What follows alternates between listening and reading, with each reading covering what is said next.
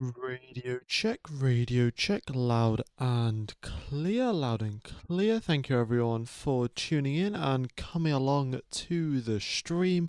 We are now 30 minutes away from the start of Free Practice 1 here in Belgium at Spa-Francorchamps, and it is good to be back. You know, we've been missing out, no Formula 1 action for the previous 2 weekends, but we're back, and we're back at Spa. We've got changeable weather conditions on Sunday. It is going to be absolutely incredible. A sprint weekend as well, which always means that we're going to have a lot of action. We've got upgrades for a couple of teams. Ferrari bringing some major upgrades to their rear suspension. We'll see if that helps out their performance. But it's going to be a wild ride this weekend, so be sure to tune in, folks, and be sure to watch along. All right. Apologies for the screen glitching out every few seconds. For whatever reason, it keeps glitching back to the Silverstone Grand Prix, and then it just jumps back to the Spa circuit. Hopefully that issue gets fixed soon enough. But yeah, in 20 minutes time, it's not going to be an issue because it'll just be showing the Spa data. Yeah. All right. So we have got a very, very exciting weekend up ahead for us. We've got the Drivers' Championship, the closest it has been up until this point in the season. Piastri with 234 points, Lando Norris with 226. The gap only 8 points between the two drivers. We've got Max Verstappen a little bit ways back in third place with 165, and then George Russell in fourth with 147. Yeah, pretty good point scoring for the Ferraris as well, 109 and 103 points respectively for them. And let's have a quick look at the constructor standings while we're at it. Ferrari in second place, just 12 points ahead of Mercedes. The fact that they've got two really competent drivers, very, very quick, albeit the car is terrible. Charles Leclerc finished second to last at the Silverstone Grand Prix, down in 14th position, but still Ferrari up in second place, even though the car is in really bad shape. Hamilton was complaining about the drivability, so was Leclerc, and their rear suspension hopes to fix that today. The rear suspension upgrade that they tested at Mugello, in fact, they hope that that's going to help them out today. All right. A couple of other things to talk about. We've got Christian Horner. We haven't got Christian Horner. He's been fired. Very, very surprising, to be honest. It was very sudden. There were sort of rumours here and there. Oh, maybe Christian Horner might leave the team. Maybe he'll get fired. We don't really know.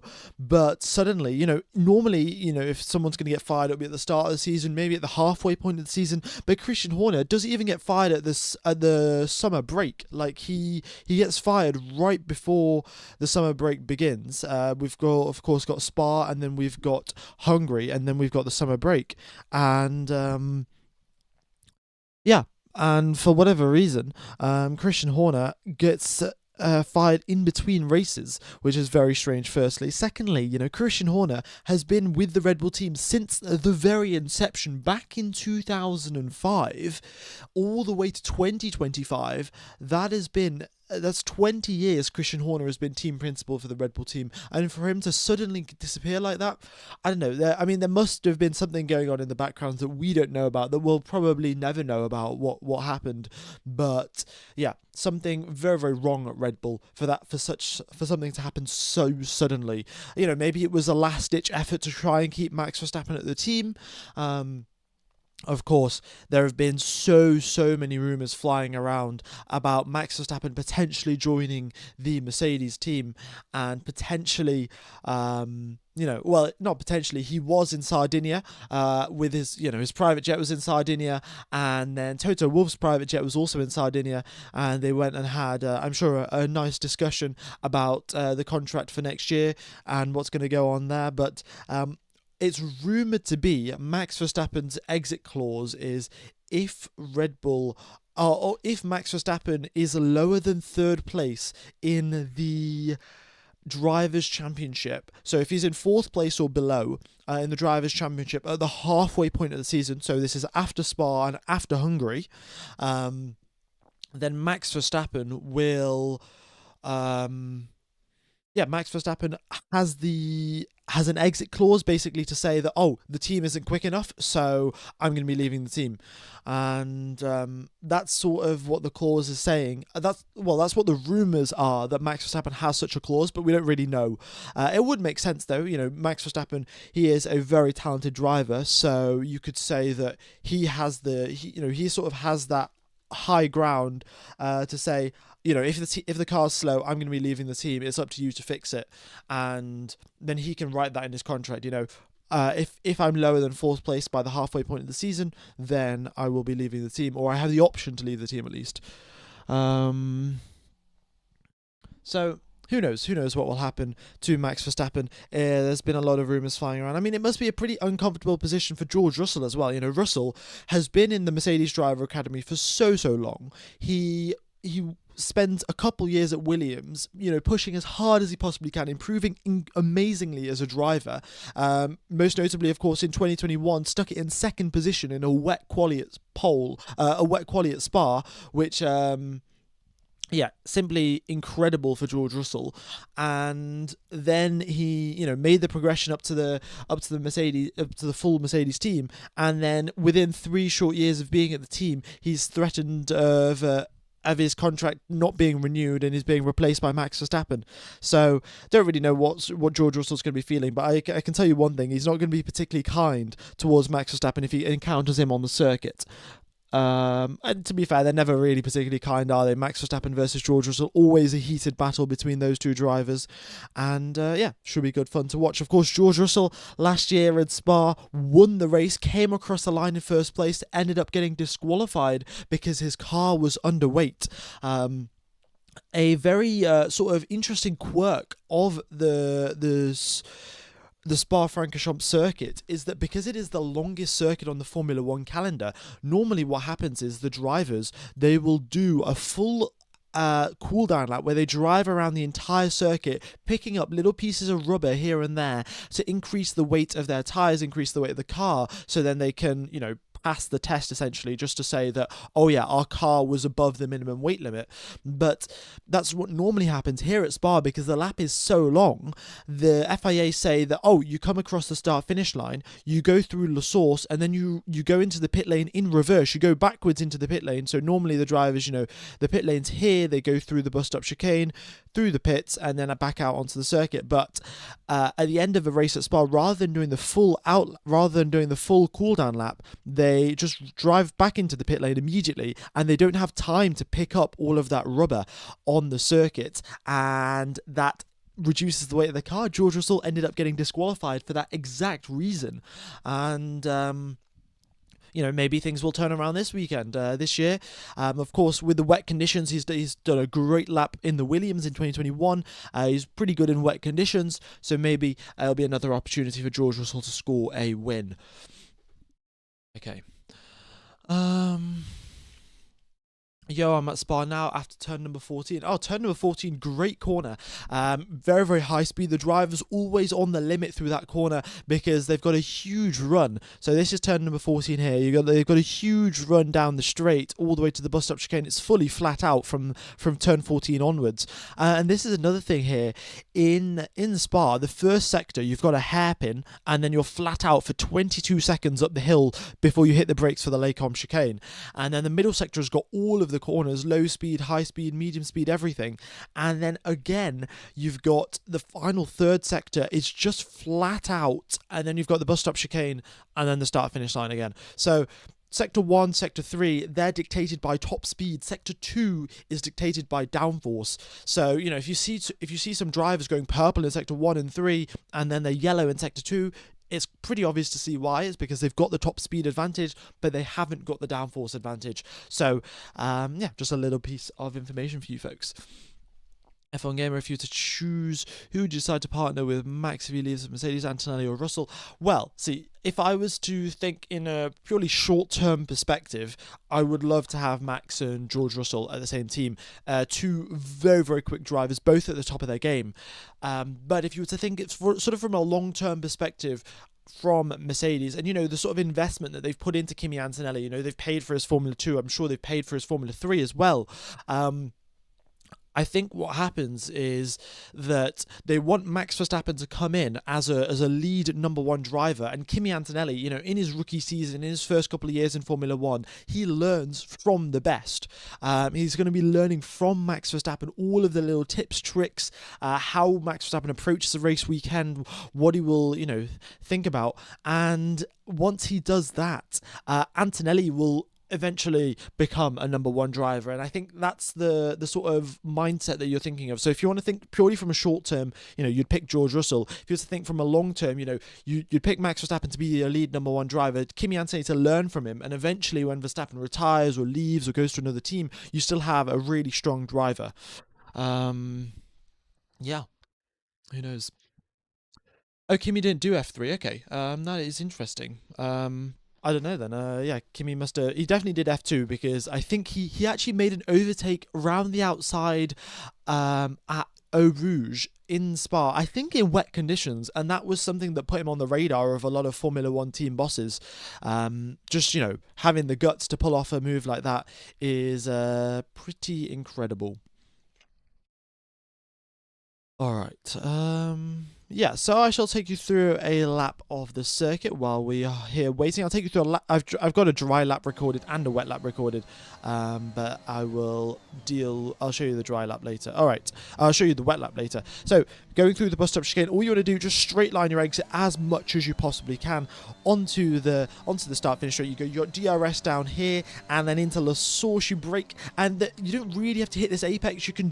The main thing is to carry speed through the corner. Carrying the speed really, really helps you out. And then you're flat out for the next 22 seconds down this straight through Eau Rouge and Radion you go. This is the biggest elevation change on any Formula One circuit. And the drivers experience a lot of sort of compressive G's as they go up the hill. Yeah, it's a real roller coaster for them. Braking into Les Combes, super duper late, trail braking in, and then through here you've got 3 consecutive corners. Your tyres are really overheating. Now downhill braking here for turn number 8, and this corner just goes on and on and on, and you're downhill, so you're getting more and more understeer. Now through No Name Corner, and you go down the hill towards P1 again. Put on in these cars a tiny little lift, flick the car to the left, and you'll be able to keep it under control for qualifying. In the race you will have to do a much bigger lift. Then into the La Fange chicane, you brake just at the start of the curb, 4th gear, 5th gear, holding it as tight as you can to the apex, and then you've got Stavelot here, turn number 14. You just need a really good run. You can hold it absolutely flat through this next corner, and then again you're heading down the straight towards Blanchimont you go, and Blanchimont of course totally flat in these cars unless it's wet conditions, and hug the inside line, and now you're braking in a straight line for the bus stop chicane. Shift your brake balance forwards a little bit, brake in a straight line, get the rotation as early as you possibly can onto the power you go, and then you come across the line, and that is a lap of Spa, ladies and gentlemen. A very, very long circuit, a very good circuit, and one of the and a favourite for a lot of the drivers. And also that lap that I recorded there, I think that was top 3% or top 4%. I don't know why. Oh, oops! I've got the 2024 data playing. Give me a sec, folks. I'll just rewind that. There we go. Yeah, the cars aren't coming out onto the circuit yet. That was the 2024 data. Yeah, that lap that I just showed you there, I think that's top 3% on the leaderboards. So a pretty quick lap there around Spa. One of my best circuits to drive around on the Formula One game personally. And yeah, I just think it's a great circuit overall. Okay.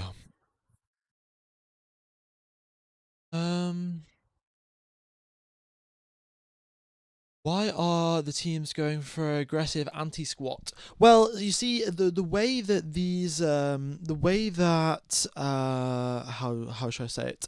The way that these cars work, the ground effect cars work, is that they ideally want to be as low to the ground as possible, and that means that because they want to be as low to the ground as possible,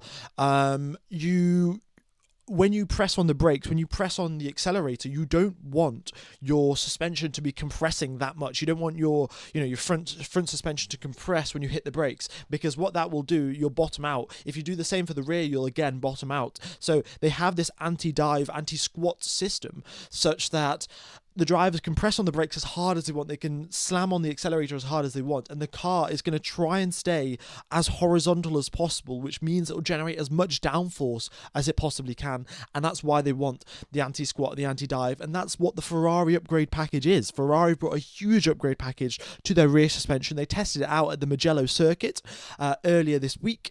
And essentially, that's what they're trying to do, is to keep the rear of the car from moving when they press the accelerator. Because, in a normal road car, if you slam on the accelerator, you can, you sort of feel yourself moving backwards, and you can also feel the car sort of tilt upwards. The nose of the car tilts upwards a little bit, and that's essentially the car squatting. Ferrari don't want that to happen, so they've redesigned the rear suspension for it to become anti-squat, and it will sort of stay level and hopefully generate as much downforce as it can. Going through the high-speed corners, because that's where Hamilton especially has been struggling.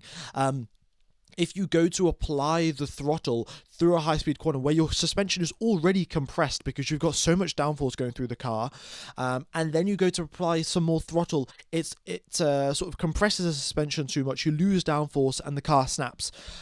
So, yeah, that is what Ferrari is trying to fix with their upgrade. Okay, my prediction is that Williams will be ahead of Aston's because its car is heavily in a straight line, favouring Williams. Yeah, Williams tend to be pretty good in a straight line, and yeah, this should be one of the circuits that they do well at. A lot of teams are bringing their last big upgrade package for this weekend or maybe next weekend, because from the second half of the season onwards, it's all going to be 2026. Then no one's going to be focusing on 2025 unless you are in a championship battle. Red Bull may bring an extra upgrade or an extra upgrade or two before because they want to fight for the world title, and they're not going to fight with it with a terrible car, essentially. Okay. Where to use the VPN this weekend? You can use the VPN from. Wait, let me check. Where is it? Yeah, so this weekend it's ORF. You connect to an Austrian VPN server, and you go to ORF. Let me just change that on the screen. ORF. Yeah, you connect to an Austrian VPN server, and then you join you search ORF, and then it comes up on Google. There's a link in the description, folks. And that's how you can watch Formula One for only $2. Yeah. The website is ORF. Can you see when the race when it starts? Yeah. Well, we'll have all of the data. We'll have all of the lap times. I can't show you the actual footage, unfortunately, folks. I'd love to, but I would get copyright striked and taken down. What are my predictions? This is a tough one, isn't it? I think that we're going to have George Russell on the podium. We're also going to have one of the McLarens out of the points. I think one of the McLarens is going to end up out of the points. I'm not sure who, but the pressure's building, and I have a feeling that neither of these drivers have been in a championship battle before, and they, at some point sooner or later, the pressure's going to boil over. Oscar Piastri seems very cool, calm and collected. Lando Norris, not as much as Oscar Piastri, but still, they're dealing with it well. But I think at one point there's going to be a little slip up, especially if it's raining on Sunday, which the forecast says it will. Currently in Spa, it is sunny, as it says in the forecast at the bottom right. There was a 10% chance of rain, but it is pretty minimal. And by the looks of it, the clouds don't sort of indicate that we're going to have any sort of rain. Yeah. At least for Friday. Sunday will be a totally different story. So we'll see what happens there. Yeah. So today it's going to be 19 degrees, 20 degrees air temperature, and then track temperature will be probably 30, 35. Another very, very interesting thing this weekend is, normally Pirelli brings the C4 for the softs, the C2 for the mediums, and then the C the C4 for the softs, C3 for the mediums, C2 for the hards. But this weekend, instead of bringing the C2s, they've brought the C1s. So they've skipped a compound, which the last time they skipped a compound was back in Australia 2022. So since the start of this new ground effect era, since then, they haven't actually skipped a tyre compound. And yet, here at Spa, the C1 tyre is actually a full second slower than the C3 tyre. So it's sort of making it very, very difficult to do a one-stop strategy, because your hard tyre is extremely slow compared to your medium tyre and your soft tyre. So it's sort of incentivizing and pushing teams towards doing a two-stop, which I think is fantastic. And the other thing is, of course, with a chance of rain forecast, it's unlikely that teams are going to be picking hard tyres anyway, because when the rain has fallen and say the circuit is drying up, you want as soft tyres as you can possibly deal with, because the soft tyres gives you so much more grip, especially in low temperature conditions, because you can warm up the soft tyres a lot quicker and a lot easier than the hards. And, once it's been raining, track temperature drops dramatically, and you need as much tyre temperature as you can get. Okay, we should be getting the Spa data coming through now. Let me just double check that if we're getting it through, and yeah, we are. Okay, fantastic. So let me get rid of this, and we'll be getting the Spa data up on the screen momentarily. Fantastic. All right, we've got the 2025 data coming through. Track temperature 35 degrees, air temperature 20 degrees, and we are 8 minutes away from the start of qualifying, ladies and gentlemen. I will have a quick... Oh, it's not qualifying, sorry, FP1. Also, we do have a sprint weekend, as you can see there. There's a timer, sprint quali starting in 4 hours' time. Yeah, it's going to be a very, very exciting weekend indeed. And sprint qualifying later today. Okay, what was I going to do? I forgot what I was going to do. Never mind. Okay. Okie dokes then. What if Hulk podiums again? Are we going to see the rise of Nico Hulkenberg? Well, maybe. I mean, let's have a look at the Constructors. So looking at the Constructors Championship, we can see that Sauber are on 41 points. They were back down in 10th at the start. The first couple of races of the season, they hadn't scored that many points. And finally... they've made some amazing progress, and they're up in 6th position now, potentially threatening Williams as well. Williams weren't really expecting Sauber to be a threat, and that's the other thing. In these first couple of races, first half of the season, let's say, Williams have been ignoring Sauber as a threat. So let's say the Saubers are going to undercut Williams. Williams don't really care, because they're like, oh, we're ahead of them in the championship. Even if they undercut them and beat us in this race, it's not going to matter. So we'll focus on staying ahead of the Aston Martins and the Red Bulls, or the Racing Bulls, sorry. And now Williams have sort of come to pay that price. They ignored the Kick Saubers at the start of the season. They didn't pay attention when they were trying to undercut them, and now Kick Sauber are right behind them in the Constructors Championship, and 1 or 2 more good races for Sauber and a bad race for Williams could mean those positions switch. So Williams have got a Hail Mary upgrade package. They've got a little bit more stuff designed that they weren't originally, I think, going to manufacture, but what they've done is that they've realized, oh, we're going to need a little bit extra of a boost to keep this 5th place in the Constructors. So rather than diverting all 100% of our resources towards 2026, we designed this upgrade package, but we didn't bother to manufacture it. So I think they're going to manufacture those parts, and they'll be on the car maybe this weekend, maybe next weekend in Hungary. So we'll see how it works out. But Kick Sauber and Williams are in for a great battle for 5th position in the Constructors. Alrighty. Yeah. Let's see.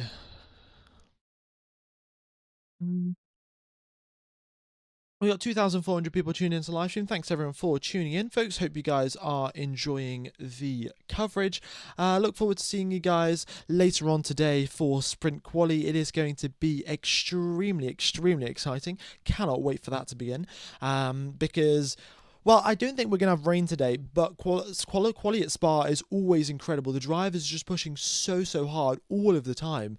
It is really, really good fun. Okay. Yeah. Alrighty then. Here we go. Oh yeah, I was going to look through the upgrade packages. That's what I was going to do. Okay, where is it? Car presentation submissions. Okay, you guys probably won't be able to see this on your screen, but I'm just going to scroll through them. So McLaren with a little change to their rear wing, but this is circuit specific. You know, they've brought this kind of stuff before. They're going to bring it at Monza as well because it's a low downforce circuit. Ferrari have got upgrades to their rear suspension, rear corner, and rear wing. This is again circuit specific just for Spa because it's low downforce. Red Bull have got upgrades to their front wing. They've changed their side pods. They have got slight tweaks to their front suspension, and then again tweaks to the rear of the car as well. Mercedes with some small upgrades to the front wing, small upgrades to the rear corner of the car, but they're very, very minor, I've got to say. Aston Martin with a pretty big upgrade package this weekend. Upgrades to the front wing, upgrades to the nose, and then changes to the rear wing, and rear wing as well. Alpine have got just specific Spa low downforce package. Haas have already used that low downforce package, so they don't need to declare it again. Some small tweaks again for Racing Bulls, and then Williams have brought I think this is Williams's Hail Mary upgrade package. They've brought some changes to their floor, more changes to the floor, changes to the side pod, and changes to the engine duct as well. And Kick Sauber have brought no upgrades. All right, folks, so as you can see there, a pretty big, reasonable set of upgrades for the teams now, and I think this might be the end of the upgrades that we see. Maybe we'll see a couple more from Red Bull, but yeah, that really depends how the title fight goes, how the next 4-5 races go. If the points gap reduces in the next 4-5 races, then I think Red Bull will bring one more upgrade package. If it extends out and gets bigger, I think they'll just be like, right, time to focus on 2026. There's no point wasting time to fight for a championship that we've already lost. Okay. Do you think George will get the contract renewal? I think he will. I think Max will stay with Red Bull for 2026, but he will basically dictate that if the car isn't good, I'm going to be leaving the team, and then he'll just go to whichever team's the quickest in 2027. So I think that's what's going to happen. And George Russell will, of course, stay with Mercedes. Is FP1 delayed? No, it's starting in 2 minutes' time, unless there's anything that I don't know about, but I'm pretty sure it's starting in 2 minutes. Okay. Yeah, not too much else going on, to be honest. Let me know what your thoughts are, and I will take you through a lap of the circuit while we are here waiting. So, you head towards the bus stop chicane here, and the main thing here before you start your quali lap is just to get a really, really good run onto the start-finish straight, very smooth onto the power. You don't want to be doing you could probably get away with short shifting as well. Drivers do short shift on the exit of La Source as well to prevent wheel spin, but carry the speed through La Source, up through the gears. You could probably take it through third gear as well. I was recording some laps before that. I was 4/10 up actually on a lap, and it was probably going to put me in the top 1% of Spa lap records, but then I messed it up at the bus stop chicane. You make your way through the Camel Straight, of course. You got DRS here, and that's the end of Sector 1. Now through Lake Holm, you got a very, very high-speed corner. Over the curbs you go. You need to drive on the curbs, and then going through this third part of the chicane. This is the highest point of the circuit. Now it's all downhill from here, and downhill braking again into turn number 8. Super duper long corner, and the understeer just kicks in again. Now through No Name Corner, you go down the hill towards Pouon, and the wall is so close there. Now into Pouon, a tiny little lift, flick the car to the left, stay within track limits. Track limits will be monitored here again, and then you go towards the Lafanges chicane, braking just at the start of the curb, down into 4th, maybe even 5th gear if you can hold the minimum speed, and then you go towards Stavelo. You go, and again you've got gravel trap right on the exit. This is why the drivers love it. the tiniest of mistakes, you're off into the barriers, and it just makes the driving all the more fun. Now towards Blanchimont, we've seen some fantastic overtakes here through the years. Max Verstappen, notably, I think 2015, made an overtake round the outside. Then you go into the bus stop chicane, straight line brake, and shift your brake balance forward, and your rear tyres have cooled down a little bit. Actually, this is the nice thing about Spa. You've got super long straights, and then by the point you've reached the braking zone, your tyres cool down a lot more. But free practice 1 is about to get underway. As you can see, there are loads of cars lined up on the end of the pit lane, and we've got drivers out onto the circuit immediately. Nico Hulkenberg, first car out onto the track. Then we've got Isaac Hadjar, then Bortoletto, and as you can see, there's a nice little queue forming at the end of the pit lane, and everyone's making their way out because, of course, it's a sprint weekend. They only have 1 hour to get everything sorted out, get the setups working, get the ride height sorted, and it is. Yeah, we'll see how it works, but it's going to be pretty tough for all of the drivers to get everything sorted out, especially the teams that have brought upgrade packages. You do have to remember, Ferrari, a huge upgrade package. They've only got 1 hour of data and then another couple of hours to pore over that data, decide a good setup for the sprint race. So, yeah, it's... a lot of work is going to be compressed into a very short amount of time. If someone brings out the red flag this weekend in FP1, it's going to throw a huge spanner in the works for a lot of teams. They're going to have to basically go back to the 2024 setup and then compare it with the simulator data that they've gathered, and then basically sort of guess a setup for 2025. Because, yeah, if there's a red flag, they're going to have not much data to go off.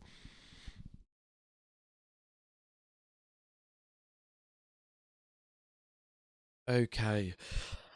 So here we go then, ladies and gentlemen. We have got more than half of the cars already out onto the circuit, and yeah, everyone's just warming up their tyres, doing the install laps. Firstly, the cars get fully disassembled once the races are finished, and then they get fully reassembled before the start of a race weekend. So now they're just going to be doing all their checks, making sure everything is working as expected, and then they're going to get going. And it's a bad news for Carlos Sainz. I cannot accelerate. I'm in limp home mode. So yeah, Carlos Sainz, engine issues right from the get-go. Mercedes have had bulletproof reliability. Apparently not so much this year. And Carlos Sainz is crawling back at a snail's pace going through these corners now, going through P1 just now. But yeah, he's going to be going back to the pits, and he's going to be losing out on crucial running time. Williams haven't had the best couple of races in the past couple of races haven't been that amazing for them, and yeah, now more issues to add to that. Critical problem on limp mode, so please no full load. So essentially they're not even saying on limp home mode, don't even press full throttle. Go 10% throttle, just crawl back as slowly as you can. And there you see his GPS is also switched off because it thinks he's going too slowly. And yeah. All right. We'll see how that goes for him.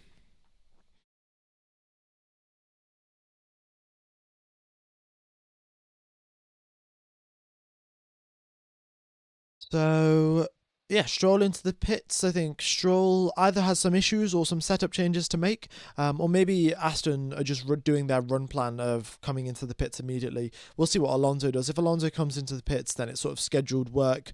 I think Sainz has got an oil leak, maybe. I'm not sure. But they came over the radio to Fernando Alonso saying possible oil reported from Sainz.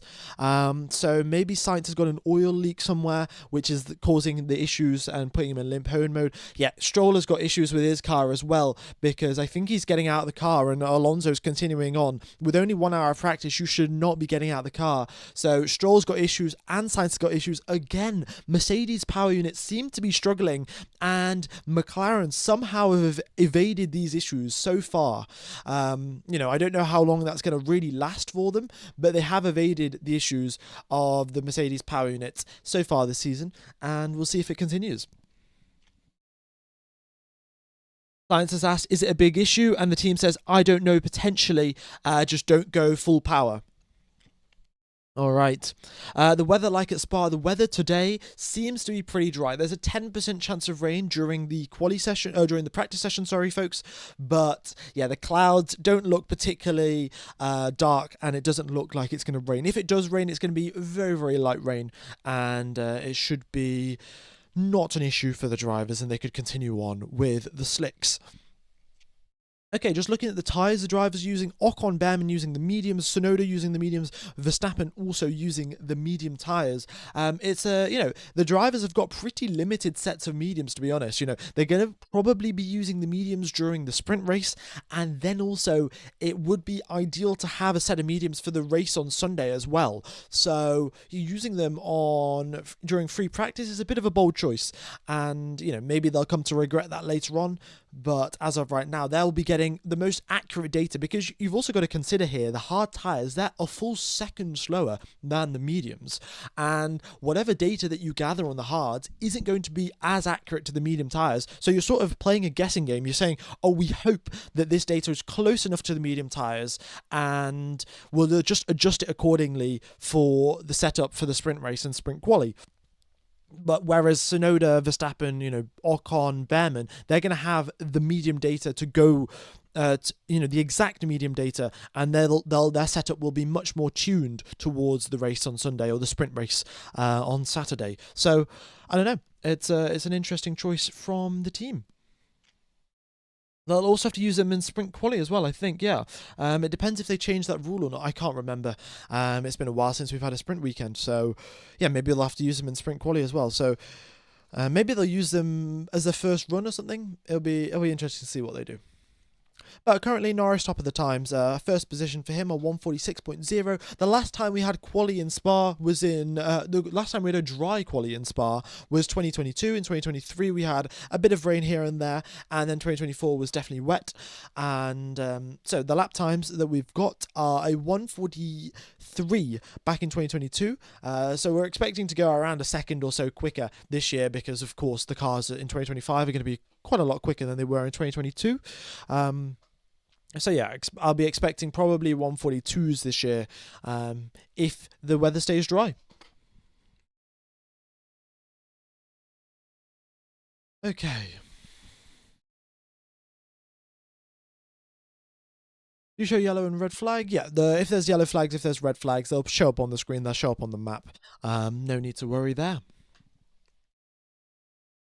All right, another thing I'd just like to point out, Yuki Tsunoda has been confirmed by the Red Bull team. It's been confirmed for quite a while, but essentially what's going on, Tsunoda does have a worse setup than Max Verstappen. He has an older version of the upgrade package, and essentially, yeah, he is not running at full spec. Essentially, Verstappen's got the most up-to-date, most recent parts that the car has to offer and the team has to offer. Tsunoda is using a little bit older of an upgrade package, because I think he had a big crash at Imola, and because of that they couldn't get a bunch of spare parts manufactured, and essentially Tsunoda's using some old parts, and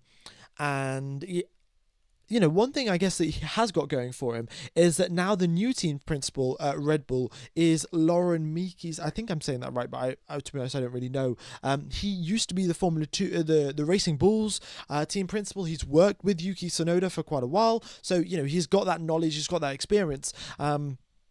And I think it'll just be better for Tsunoda to have someone that he's previously worked with outside of Red Bull, to join the Red Bull team and to work with him. So maybe Tsunoda's performances will improve slightly, but he is working with a downgraded version of the car. He is also, we know very clearly that the Red Bull car isn't that drivable, so we'll see how it goes. But currently Tsunoda with a downgraded car, but a team principal that he knows, maybe that'll help him out. All right. Yeah, we got 6,000 people watching. Thanks everyone for tuning in, folks. If you haven't hit the like button, be sure to do so. If you haven't hit the subscribe button, be sure to do that. Hopefully we can hit 182,000 subscribers. That would be fantastic. Yeah, that'd be very, very cool. George Russell goes up into second position. We got Fernando Alonso, purple through the first sector. Of course, purple through the first sector genuinely means that you have got a toe down the start finish straight rather than, you know, outright pace or anything like that. But, you know, we'll wait and see. Antonelli in second place, pretty good from him. Gasly across the line, third for him. Fernando Alonso coming across the line as well. What can he do? Ocon purple in the middle sector. Alonso up into third. Pretty good going there from Fernando Alonso. Ocon as well, purple in the middle sector. Can he top Max Verstappen's time? Ollie Behrman right behind him as well. Of course, the Haas duo collided back in Silverstone. There's been a bit of tension in the team, but I think they've sort of cleared that up now. They've had a few weeks to sort that out, get it discussed, and work out any sort of issues. But Ocon up into third, Behrman up into sixth. Piastri goes purple in the middle sector, and I'll be expecting a blisteringly quick lap time from him.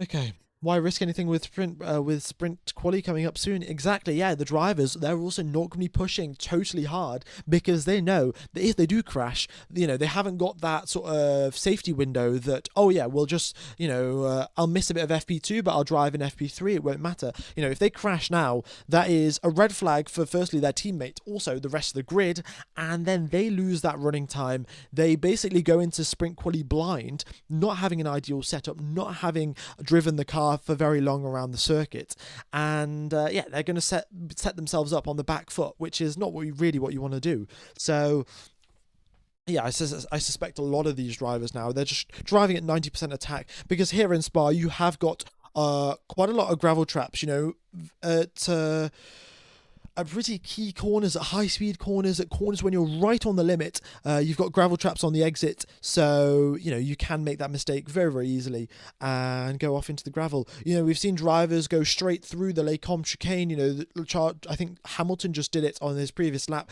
Was braking into turn number 6 just at the end of the Kemmel Straight, felt the rear of the car snapping out a little bit, and then ended up backing out of the corner and just going over the runoff. Thankfully there's runoff there, but you know, if there wasn't, then they'd be bouncing over the gravel, potentially damaging the floor, and it's a risky game to play around here at Spa. Okay.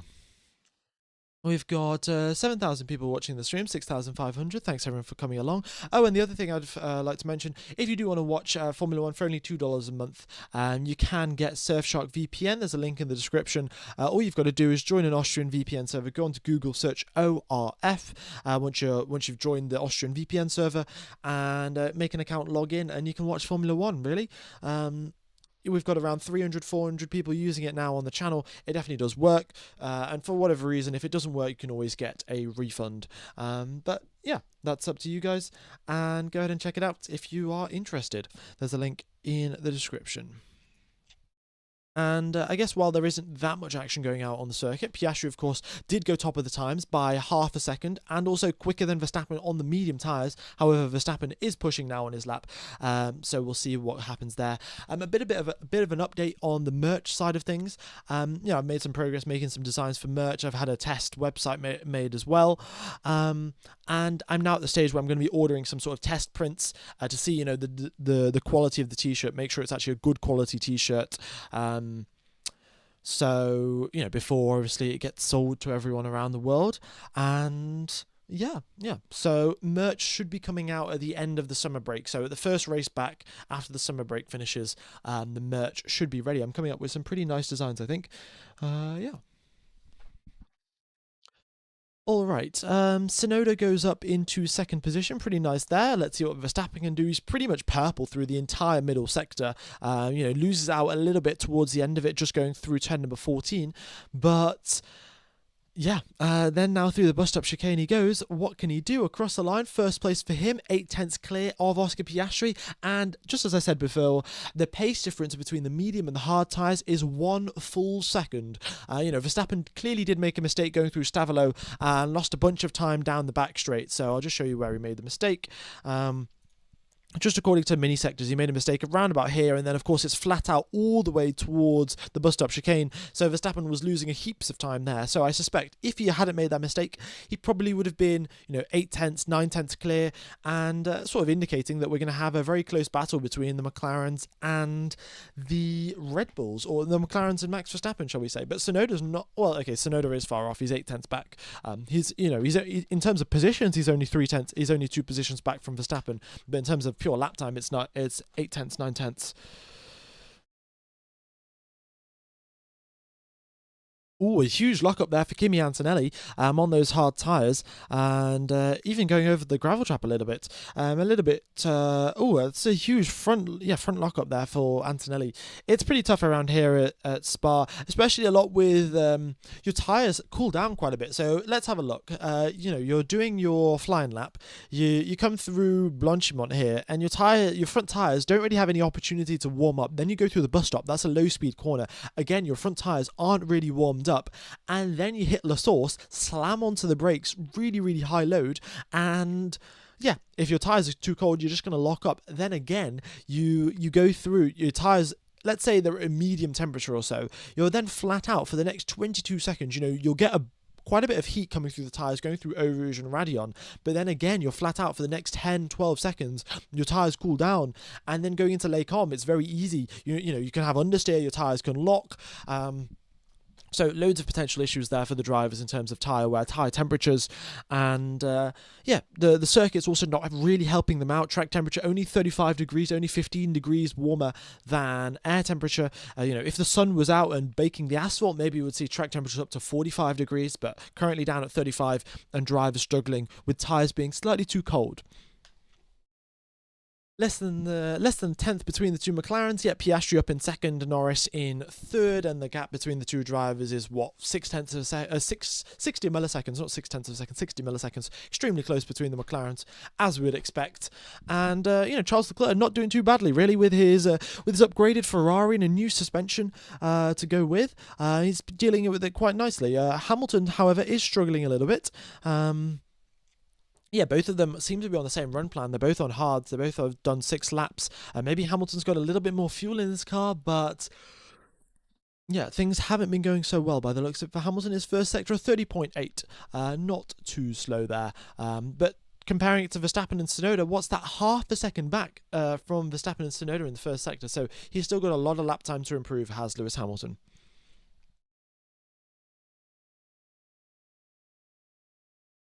First sector is a fast sector and RB is tuned to low downforce mode. Well, let's have a look at the top speeds. I'll be inclined to believe that as well. Hamilton is 17th in the speed trap, 306 kilometers per hour. Sainz still in the pits, Stroll still in the pits, 2 Mercedes power units, 2 issues for them. And as you can see, Red Bull clearly designed for the low downforce trim. Tsunoda and Verstappen both first and second in the speed traps, Leclerc in third place, and Alonso in fourth. So, Verstappen is running a low downforce setup. They were doing that back in Silverstone as well. Worked really well for him.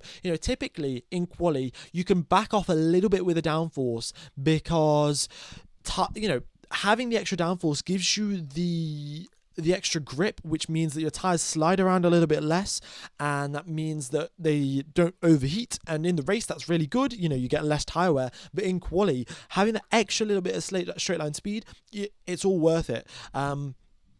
So that's what Verstappen did. In Silverstone last weekend or 3 weekends ago, he took off all of the downforce pretty much. He was running like a Monza level of downforce on his car. Very, very low downforce.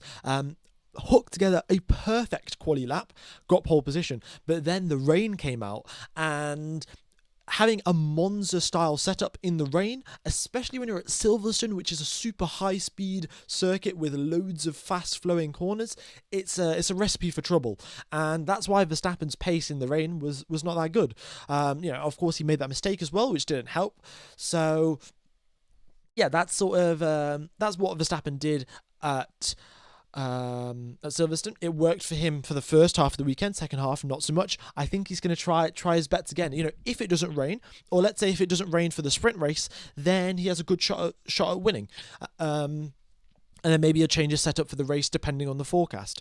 But yeah, it'll be interesting. It'll be interesting to see what happens there. Currently, though, they've got the lowest downforce setup out of anyone. And as you can see clearly, Verstappen also fastest in the third sector as well, because he is, third sector again, is the lowest downforce part of the circuit. You know, your third sector starts here, you're flat all the way through towards the bus stop. You got a chicane here, right, then left, and then you go towards the start-finish line. So top speed is king in sector 1 and 3, and downforce is king in sector 2. And as you can see, Oscar Piastri top of the sector 2 time leaderboard, because the McLaren's just got so much downforce. And surprisingly, Esteban Ocon in second place there. I mean, Ocon, I think, is running quite a bit of downforce, as you'll be able to see through the speed traps, and that's really helping him out. Second place for Esteban Ocon, only 70 milliseconds back from Max Verstappen. Looking good, looking good. The Haas team would like to bounce back. I think every team scored a point in the Silverstone Grand Prix apart from Haas. Every single team scored points apart from Haas, because they had that double. Behrman crashed into Ocon, and then they both spun around, and that was the end of their races, basically. So yeah, they'll be looking to bounce back, and they started off pretty well. Sonoda purple in the first sector, looking good, looking good. In the middle sector, of course, a 45.9, and that is 0.9 of a second slower than Piastri in the middle sector. Look at that pace difference. I mean, my God. Just look at that, 0.9 in the middle sector, but then Piastri is so much slower in the first sector.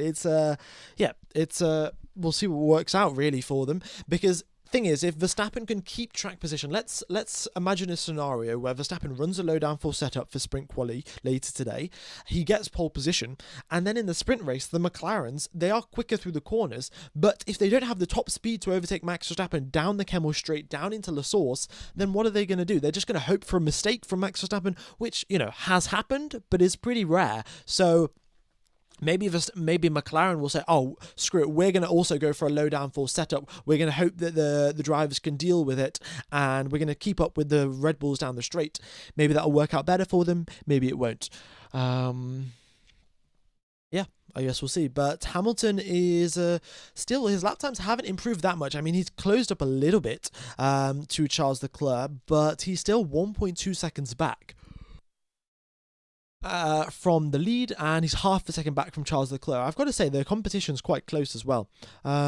Stroll is out on the circuit now, so whatever issues Stroll had, those have been resolved. Carlos Sainz's issues, however, he is still in the pits, ladies and gentlemen. We are 1/3 of the way through through FP1, and Carlos Sainz has done no laps, 0 laps completed for Carlos Sainz, and issues brewing down at Williams. Issues are really brewing. Okay. Charles Leclerc up into first position, and he's on a set of hard tyres as well. Oh my God, good lap there from Charles Leclerc. Let's see, his first sector time, pretty good. I mean, he didn't lose that much time. He was only 2/10 slower than Sonoda in the first sector, 2/10 slower than Piastri in the second sector, and then around about on par with Behrman, or a 10th slower. So, Leclerc is not purple in any of those 3 sectors, but because he is consistently quick in all 3, he is able to get up into first position. Sonoda's really good in the first sector, Piastri's really good in the second, Behrman's really good in the third, but they can't hook together a lap, and that's why Charles Leclerc is currently at the top of the leaderboard. And on a set of hard tyres as well. He's doing pretty well. Maybe it's the upgrade package, ladies and gentlemen. What am I saying? Ferrari have brought an anti-squat upgrade to their rear suspension. Anti-squat anti-squat and anti-dive is part of the reason why McLaren are so quick this season. Their anti-squat system, anti-dive system is one of, if not the best on the circuit, on the grid, sorry. And Ferrari have brought an upgrade to that part of their car, and Ferrari have been saying that there is a lot of potential in that car. They've got the potential there, but they aren't able to extract it because the car would keep bottoming out. With this new upgrade package, theoretically, they should be a lot quicker. In theory and in practice, are often 2 very, very different things. Charles Leclerc has managed to turn it into a reality. Hamilton, not so much.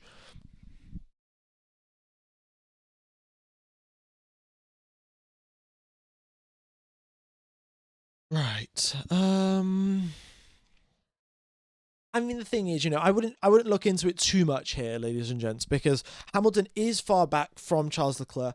However, what will happen is Hamilton will go back into the pits. I think the Ferraris have been driving around since the start of the session. I don't think they've dived into the pits once, or maybe they have, but they haven't dived into the pits for a very long time. So Hamilton will have some setup changes in mind. He's going to come into the pits. He's going to say, I want this change, I want this change, I want this change. And then he'll go out onto the circuit. The car will be much more drivable from his perspective, and he'll set a much quicker lap time. Like we've done 25 minutes of practice, and this is with a setup that has been designed in the simulator. Typically they're very good, or typically they're close enough, but it's not always true. And especially with a new upgrade package, they tend to be quite a bit off. And in fact, never mind, Hamilton up into 4th position, only 2/10 back from Leclerc, and whatever setup issues he was having earlier, he sort of worked those out, and up into 4th place. So I guess I've just done the anti-commentator's curse or something. I was saying Hamilton is going to speed up in about 10 minutes time, but he's just done it immediately. So pretty good going there. Yeah, so are Ferrari back? Maybe they are, ladies and gentlemen. Maybe Ferrari are back. Maybe it's going to be a Ferrari 1-2. Who knows?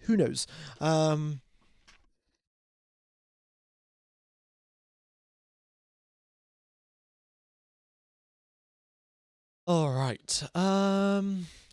Soft tyres for Franco Colapinto.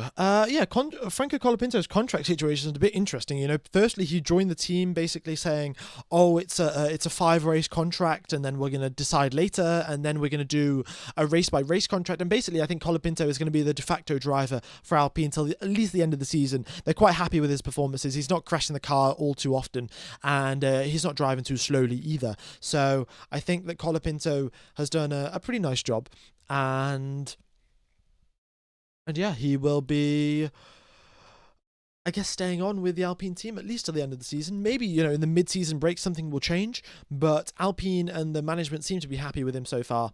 He's currently out on a set of soft tyres. He's 3 seconds off the pace. I don't know exactly why, because I think Colapinto raced in Formula 2, and Formula 2 and Formula 3 are both racing at Spa this weekend. But yeah, Formula 2 always races at Spa, and so does Formula 3. So Colapinto should have some experience around this circuit. Don't know why his pace is so far back. But maybe that'll change with this set of soft tyres.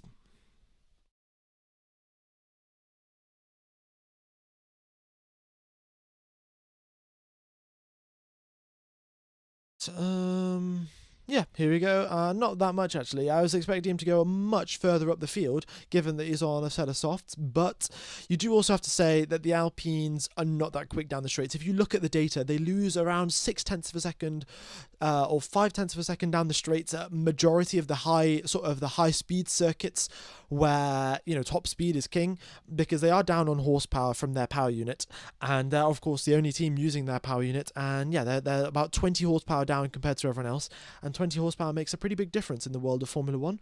So yeah, Spa was never going to be their best circuit, neither is Monza. Next weekend now in Hungary, however, it's going to be a totally different story. Downforce is king at Hungary, and they should be able to perform a little bit better. Colapinto, of course, had a little mistake as well, going through Puon just on his quick lap, which definitely didn't help him. What is anti-squat? So anti-squat, essentially, right? So the way that these ground effect cars work, they generate a lot of downforce by being as close to the ground as possible. However, if they touch the ground, that downforce disappears immediately. I mean immediately. So the car will snap out from underneath the car, from underneath the driver, and they'll basically just go flying into the barriers. So the important thing to remember here is you want your car as low to the ground as possible. However, you don't want it to touch the ground. And anti-squat essentially is when the drivers get onto the power. If you imagine in a road car, if you slam on the accelerator, the car is going to throw you backwards. It's also going to lean upwards a little bit. It's going to tilt upwards, and that's essentially the car squatting. The back of the car going towards the ground, the front of the car going up away from the ground. And the teams don't want that to happen, because they can't run the car super close to the ground, because if every time they get onto the power, the rear of the car goes down 2 centimeters, the front of the car goes up 2 centimeters, then they're going to be bottoming out and losing all of their downforce all of the time, and the cars are going to keep crashing and the drivers aren't going to be able to push. So anti-squat is essentially a sort of design that you can implement into your suspension, basically to say that when the drivers get onto the power, it's not going to compress that much. It's not going to move towards the ground that much. And essentially, it's going to give the cars a lot more consistent downforce, because that's what the Ferraris have been struggling with. Hamilton and Leclerc, they're driving in wet conditions and they're consistently having, not consistent, they're having inconsistent downforce. At the entry of a corner, they'll have a bunch of downforce. As soon as they get onto the power, they lose a bunch of downforce. The car snaps, and then they're like, oh my god, am I going to crash? Maybe I should go very, very smooth onto the power, and they lose lap time. So that's the issue Ferrari have been dealing with for the first half of this season. They've brought an upgrade package. They tested it out in Mugello, which is very, very, Mugello is a very high-speed circuit, puts a lot of load on the suspension, and it fared quite well in the tests at Mugello. And here they are at Spa, and things are going well for them. So I think it is, I think it's worked well. A good upgrade package for Ferrari, at least by the looks of it.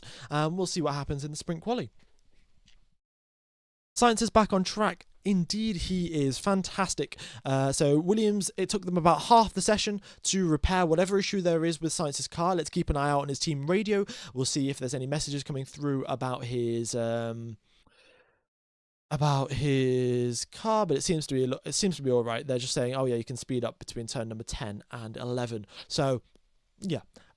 Whatever issues there were, I think they're fixed now, and Carlos Sainz will continue on till the end of the session.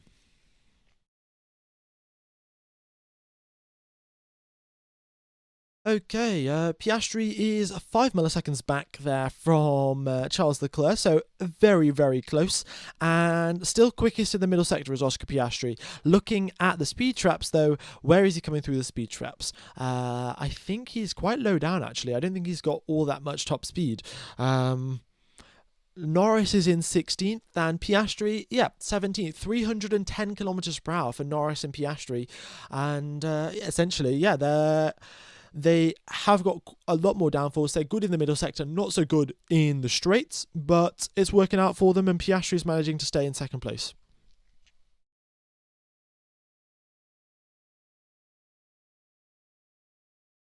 Sainz push harder. What are you doing? I mean, Sainz has firstly got to make sure his engine's working fine before he starts going maximum attack.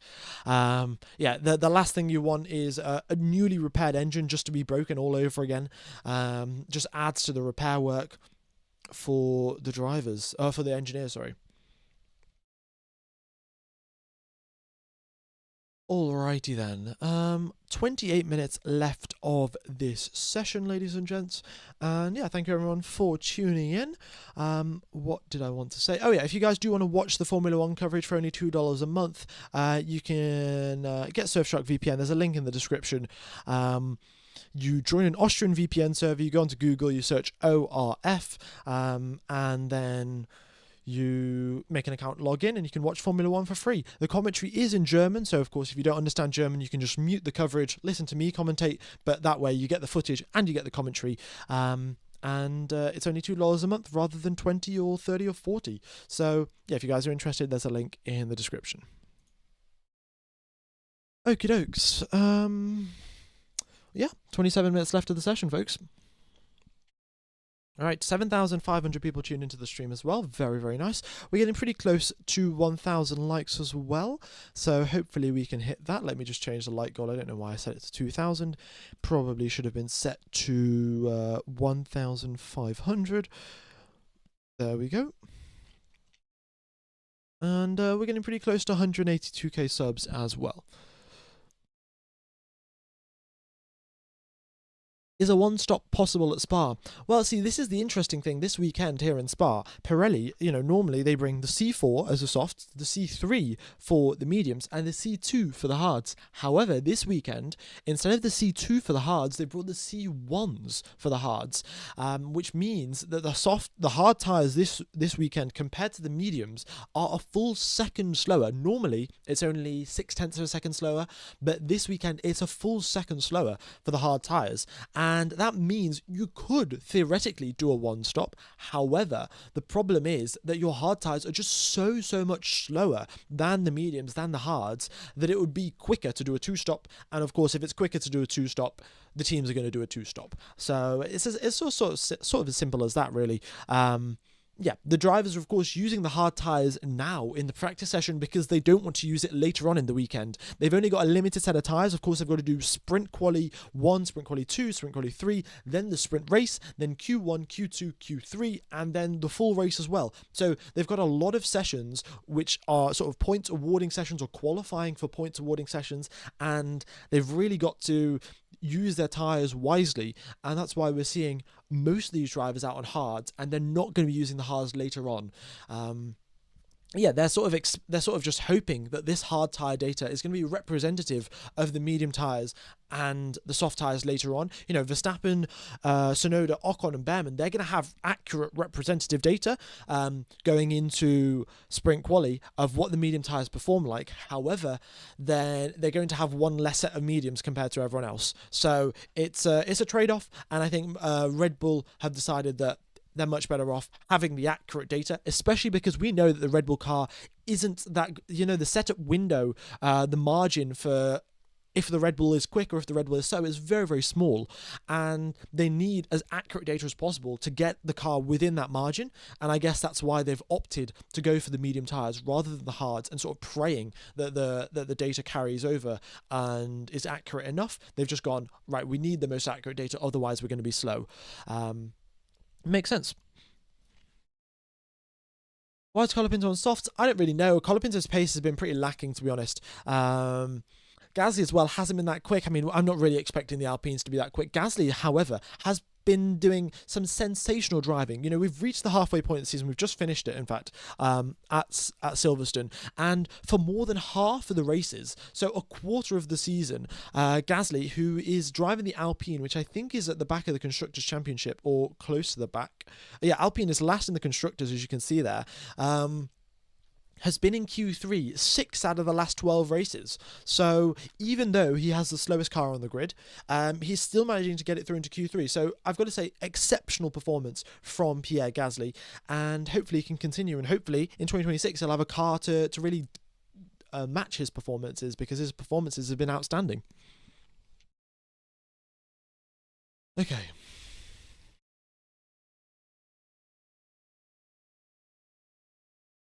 There's been an incident involving George Russell and Franco Colapinto impeding at turn number 8. I mean, that's not going to be too much of an issue.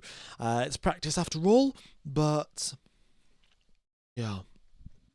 Right, I'm going to have a quick sip of water. I'll be back in just a sec.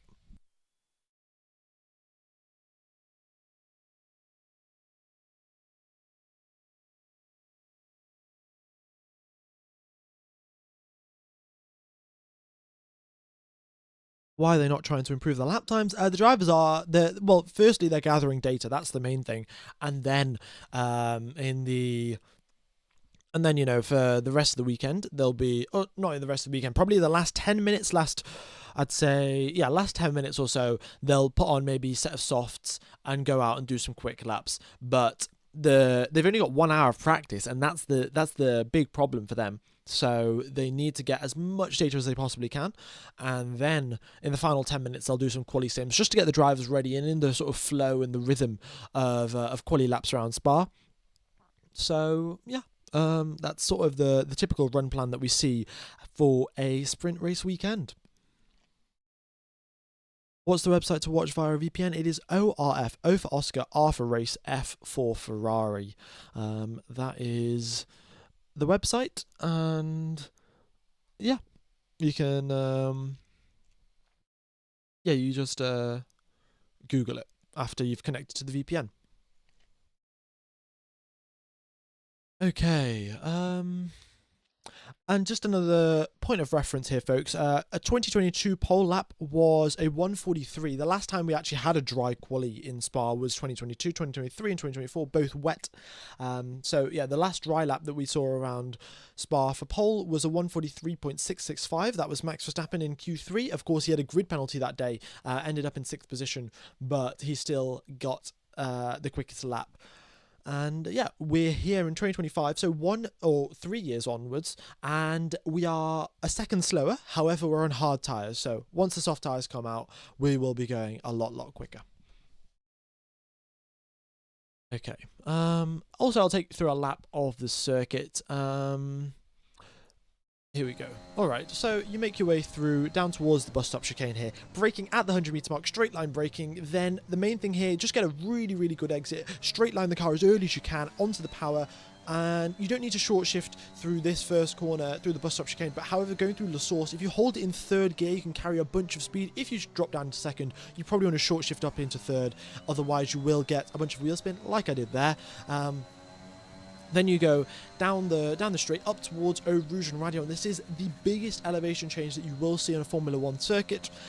Spa, as you know, you're now going up the hill through the Camel Straight. You've got DRS through this part of the circuit. The driver's reaching 320, 330 kilometers per hour with a slipstream, braking into Lacombe super duper late, 50 meter mark, and then carry as much speed as you can through these corners. Now through the third corner of this chicane, this is the highest point of the circuit. Now it's downhill from here, going into turn number 8. You're super late on the brakes and you're trail braking through there, but the understeer is horrendous. Now going through No Name Corner, you've had 4 or 5 consecutive corners, your tyres are really overheating.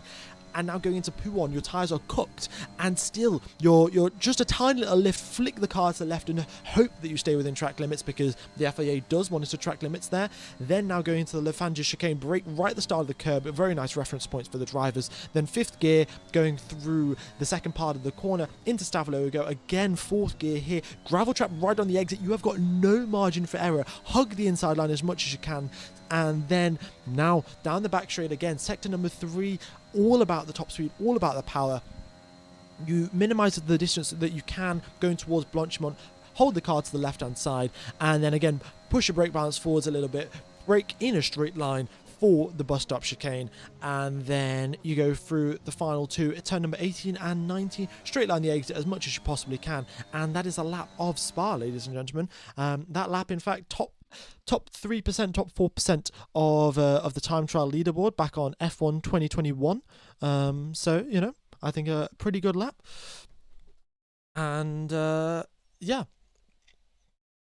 In fact, I'll take you through do you guys want to see a wet lap? Let me know in the chat. I've got a wet lap recorded as well. So if you guys want to see that, I can show you. But realistically, it's not going to be raining today. However, on Sunday, it probably will be raining. Mercedes taking it very easy. Yeah, I mean, nobody's really pushing. We've got 18 minutes left. Everyone's on the same set of hard tyres. They've got a bunch of fuel in the car, because you can look at the lap times here. You know, Verstappen 1:48, that's 4 seconds off the pace. You've got, you know, Antonelli 1:47, that's 2-3 seconds off the pace. So they've all got quite a bit of fuel in the car. They're doing some long runs, getting a feel for how these tyres wear out, how quickly they wear out. Is it feasible to use them in the race? And yeah, they're just getting as much information as they can. They don't need to get the medium tyre information. The medium tyres is quite almost certainly all of the drivers are going to use the mediums for the sprint race, and that means that during the sprint race itself they're going to gather the data that they need about the medium tires. So that's why you're not going to see that's why the majority of the drivers are out on the hards, because they're like, oh, we're just going to be using the hard tires for today, we'll use the medium tires for the sprint race, and then come race day on Sunday we'll have all of the information from the tires that we'll need. We'll have the soft tire info from quali, we'll have the medium tire info from the sprint race, we'll have the hard tires from FP1. Yeah, that's sort of the approach that the teams have taken.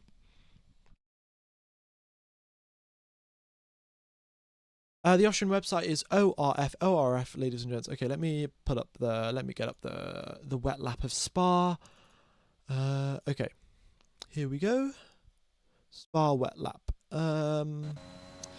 So, you go into Spa here, it is super duper tricky. The other thing about Spa, because there is so much elevation change, you're going to get, you know, you go up the hill through Eau Rouge and Radion here, there is huge puddles on at the base of Eau Rouge. You don't want to touch this curb that much, because you have to lift off a little bit, because otherwise the car's going to, you're essentially going to lose the car. Again, going through the second part of Radion, you have to back off, because the curbs are super duper slippery.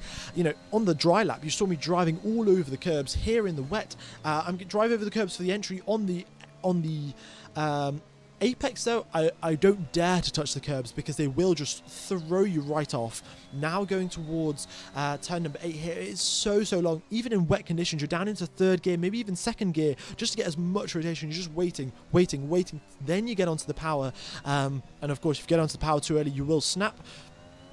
Down the hill you go towards P1. You're nowhere close to being flat in wet conditions here. You know, you tap the brakes down into 6th gear, sort of coast it through to make sure the car is as stable as possible before you smoothly get back onto the power. Through the Lefanja chicane, you're in 5th gear, going through there in dry conditions. You stay in 4th gear here. You could probably drop down to 3rd, but you stay in 4th gear because you want to minimize your wheel spin, minimize the upshifts that you have, because every time you upshift from 3rd into 4th or 4th into 5th, there is a tiny little disturbance on the rear wheels, and that's all you need to sort of lose the car, for it to sort of snap out on you.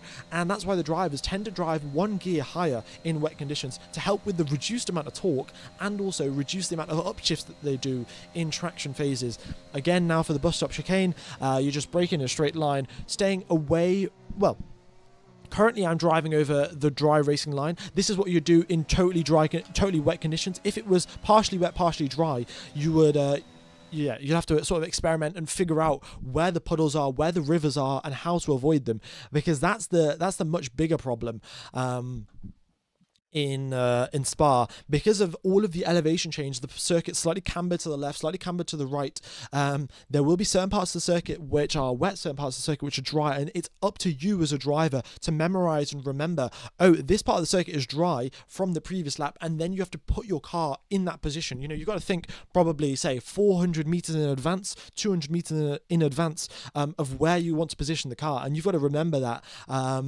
So not only have you got to drive the car, you've also got to remember exactly where all the wet patches are, where the puddles are, where the rivers are. It is very mentally strenuous for the drivers. Okay. So that just makes it all the more exciting, really. If it rains on Sunday, which the forecast says it will, let me just pull up the weather forecast here, folks. As you can see, 70% chance of rain on Sunday. Today, it was only a 10% chance of rain for the FP1 session, and no percent chance of rain, or again 10% chance of rain for the sprint quali.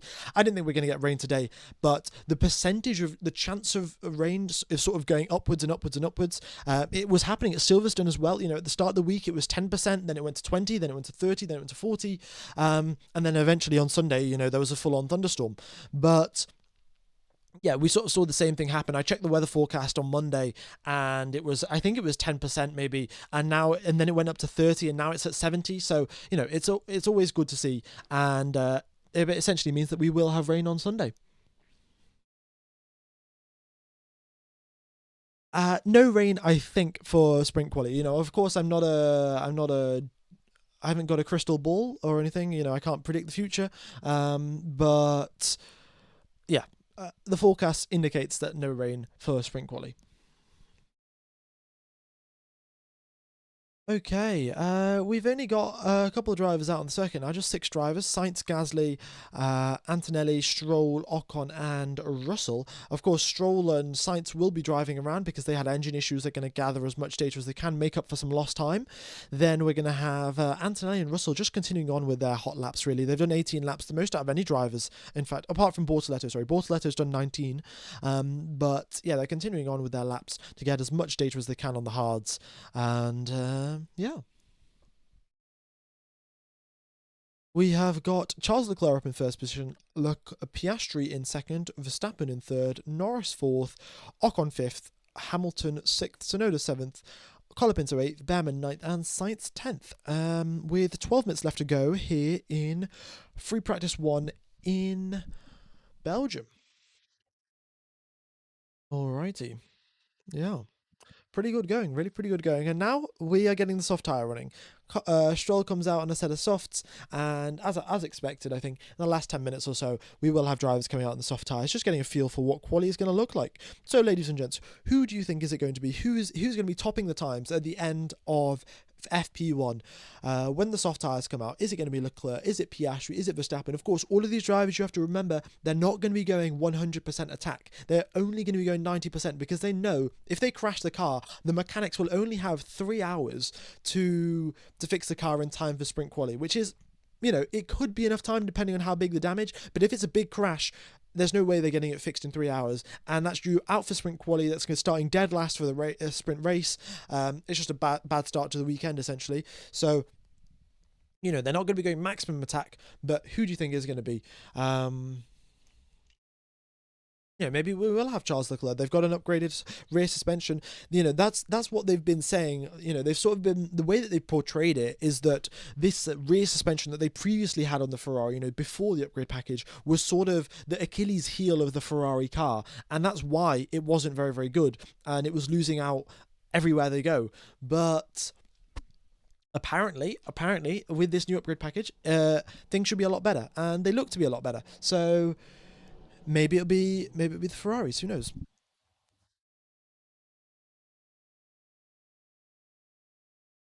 Alrighty then. We have got Piastri out on a set of softs. Stroll goes purple in the middle sector. Here he comes across the line. Lance Stroll is up in pole position, ladies and gentlemen. Lance Stroll in first place. Simply incredible. I mean, we might as well stop the count here. Stroll's going to get pole position. He's going to win the race. We might as well not even take part for the rest of the weekend. Clearly, he's the GOAT. Clearly. Yeah, he goes a full second quicker than Leclerc as well. I've got to say, great lap from Lance Stroll. Of course, he's the only driver that set a serious lap time on the set of softs. I think Colapinto was on a much more heavy fuel load, but pretty good going there from Stroll. And now we'll have the rest of the drivers come out on the soft tyres as well. Very, very nice. Okay. Got 1,200 people have pressed the like button. Folks, if you haven't hit the like button, be sure to do so. If you haven't subscribed, be sure to do that. Hopefully we can hit 182,000 subscribers. I don't know if it's actually been updating, to be fair. Oh, no, it has. Okay. Very nice. Oh, we've got one of the Mercedes going slightly deep into the bus stop chicane. Yeah, I mean, it is very, very difficult because your tyres are pretty cold at that point. You're flat out for quite a while, so yeah, and it's difficult to judge your braking. Your brakes also reasonably cold, so brakes cold, tyres cold, locking up quite easy. 200k subs for F1 Game Mule. I mean, maybe. I think we could hit 200k subs, I think, in 5 races time, maybe 4 or 5 races time. Depends on how things go, really. Depends on how many new people come to watch Formula 1. I think, of course, the new Formula 1 movie has really helped out.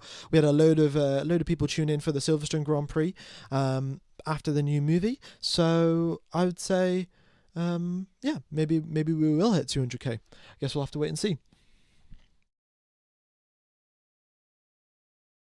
Alright, as you can see there, we've got a nice single file line coming out of the pits. We've got all of the drivers coming out on set of soft tyres. So, Stroll's up in first place, and we have got Oscar Piastri in a quick lap. I think he got a little bit of a tow from Sainz, but not really that much. Now through the middle sector, as you can see, setting quite a few purple mini sectors there. He's on a set of soft tyres. He's got the McLaren downforce spec, so he's running quite a lot of downforce. Again, looking at the top speeds there, Sonoda 320Ks, Verstappen 318Ks, and McLaren are down in 16th, 17th position in terms of top speed. They have got all of the downforce in the world. Yeah, Piastri, 9th place. Okay, so 315Ks. So they turned up the engine mode as well, because I think before they were doing 310, and now they're up to 315, sorry, not 3.5. So yeah, turned up the engine mode, or maybe dialed back on the downforce, who knows. But he's still purple in the middle sector, so clearly got quite a bit of downforce on the car regardless. And now just through Blanchimont and bus stop, the bus stop chicane. So here comes Oscar Piastri. What is it going to be for him? He is 8/10 up on Stroll's time as he comes across the middle sector. And yeah, this should be a breeze for Piastri. Across the line he goes. What's it going to be for Piastri? It is first position by a full second. Wow. purple in the final sector as well. He had loads of yellow mini sectors in the final sector, but still managed to go purple. So really good going. Alonso was purple in the first sector momentarily before that got taken away by Verstappen. I think Verstappen got a partial toe from... Oh, no, he didn't really get a toe from Norris. Norris got out of the way. There's no way these two drivers giving each other toes anyway. And so let's see then. We've got a couple more lap times coming across the... Gasly up into third place. We got Sainz starting a flying lap. Charles Leclerc starting a lap. Hulkenberg also starting a lap. Antonelli gets out of the way for Alonso. Alonso across the line. That is second place, third place for Alonso. And yeah, look at that, ladies and gents. Aston Martin 2-3. They're a full second off of the back of McLaren's, though. So yeah, they may be 2-3, but their lap times tell a totally different story. Here comes Max Verstappen then, going through Blanchimont, where he made that incredible overtake back in 2015, I think on Felipe Nasr, but I can't really remember, to be honest. I didn't watch Formula 1 in 2018, started watching in 2015, sorry. I didn't watch Formula 1 in 2015, I started watching in 2018. Verstappen, regardless, across the line, a half a second back. Where has he lost all of that lap time? It looks like he lost it in... Wait, what? That makes no sense. He lost it in the... How is he half a second back? He's purple in the first and third sectors, and he's only a 10th down on, or 2/10 down on Piastri in the middle sector. That makes no sense. But yeah, he's losing time in the middle sector because Piastri has just got so much downforce. It's as simple as that, really. He's quickest in the first and third sector, as you can see by the fact that he's purple, but... Yeah, the middle sector is where he's losing all his time, so it's going to be a tough one. Half a second the gap as well. A lot bigger than I expected. A couple more drivers coming through to do their laps. Here comes Sainz. That's 5th place for Carlos Sainz. Nicely done. And the two Williams... 5th and 6th place. They're behind the Aston Martins, surprisingly. Charles Leclerc, with the upgraded Ferrari, is in 3rd position. Yeah, I would have expected the Williams to be ahead of Aston Martin. Typically, Williams are much better on the straight lines compared to the Astons, but not this weekend. And 7th and 8th for the Williams, and 5th and 6th for the Astons. Antonelli up into 4th place. Lawson into 10th, but he's on a set of mediums. Antonelli's also on mediums as well. So pretty good going there from Antonelli. Hadjar up into 7th. And then what can Hamilton do? What can Bortoleto do? Bortoleto is 10th for him. Gasly starts a flying lap. Norris is on a flying lap here. Oh my God, Russell up into 2nd, just pips Max Verstappen. Look at that, top four drivers are from 4 different teams. You'll love to see it. It's so much action this year in Formula 1, and the amount of times we've seen this is incredible. You know, if you go back to 2018, the amount of times I saw Mercedes 1-2, Ferrari 2-3, Red Bull, Mercedes 1-2, Ferrari 3-4, and Red Bull 5-6 is ridiculous, and it's just great to see the amount of always constantly being mixed up all the time. And Russell is on a set of medium tyres, for crying out loud. Oh, we got a yellow Behrman. There's a bit of gravel there on the exit of turn number 15. I think Behrman might have found himself in that, but if he makes his way, he continues on. He continues on with no more issues. And yeah, Norris, his flying lap, only 10th position. He's a full second back from his teammate. You know, either he's not pushing or something, but 3/10 down in the first sector, 3/10 down in the middle sector, and 3/10 down in the third sector as well. Yeah, losing a lot of time there is Lando Norris.